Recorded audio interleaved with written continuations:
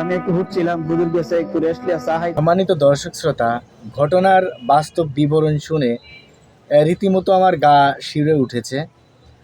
আসলে দিন দিন আমাদের অবস্থান কোথায়, আসলেই এটা দুঃখজনক বিষয়।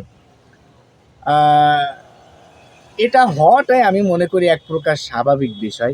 কেননা এই যে মাগুরাতে আছিয়া নামক যে মেয়েটির সাথে যে ঘটনাটি ঘটলো, তার কিন্তু এখনও যে পরিপূর্ণ বা পরিপক্ক বিচার আছিয়ার পরিবার পাবে তা কিন্তু ইতিমধ্যে এখনও পায়নি, বা হিটু শেখের রায় কিন্তু বাস্তবায়ন হয়নি।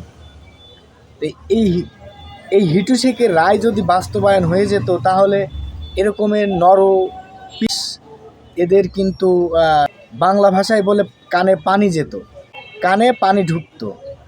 তো আসলে এই হিটু শেখের রায়টা যদি কার্যকর হয়ে যেত, তাহলে এই ক্যাটাগরির যারা ছিল তারা এই কাজ করার আগে কিছু না হলে পারো 90 বার, 100 বার, 1000 বার চিন্তা করে নিত।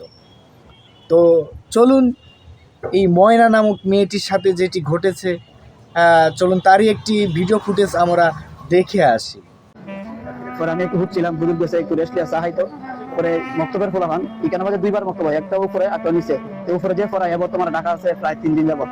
পরে এই মক্তবের উপরে ফলাফান আইসা হুজুর ডাকতেছে যে হুজুর এখানে একটা পাগলা মেয়ে পড়ে আছে। পরে হুজুর গেছে, তার হুজুর তো জানি মেয়েটা কেটা, কালকে থেকে নিখোঁজ। পরে হুজুরের সঙ্গে এসে ভিতরে পরে গিয়ে এই অবস্থা। পরে হুজুর যাইতো গেছিল, পরে এক মহিলা জিজ্ঞাসা যে হুজুর কি হয়েছে। পরে হুজুর বলতেছে যে ময়না মেয়েটা এখানে আছে। পরে ওই তার গার্জেনে নিয়ে গেছে। এই সেই মসজিদ, যে মসজিদে ময়নার লাশ পাওয়া গিয়েছিল। প্রিয় দর্শক, দেখতে পাচ্ছেন কত বড় জালেম হলে মসজিদের ভিতরে এরকম একটি কাজ করতে পারে। মসজিদের দোতলায় ছাদের উপরে এই কাজটি করেছিল সেই জানোয়ার। প্রিয় দর্শক, দেখতে পাচ্ছেন এই মসজিদের পাশে লোকজন গিয়ে আছে। অবশেষে ময়নার বাবা বিদেশ থেকে এসে ময়নার জন্য অনেক কান্নাকাটি করলো, কিন্তু কান্না করে লাভ কীভাবে হবে? সে তার মেয়ে তো আর দুনিয়াতে নেই। প্রিয় দর্শক, আপনারা তাদের জন্য দোয়া করবেন যাতে করে তাদের ফ্যামিলি সুস্থভাবে নিতে পারে এটা। সম্মানিত দর্শক শ্রোতা, আসলে বলার ভাষা আমি হারিয়ে ফেলেছি।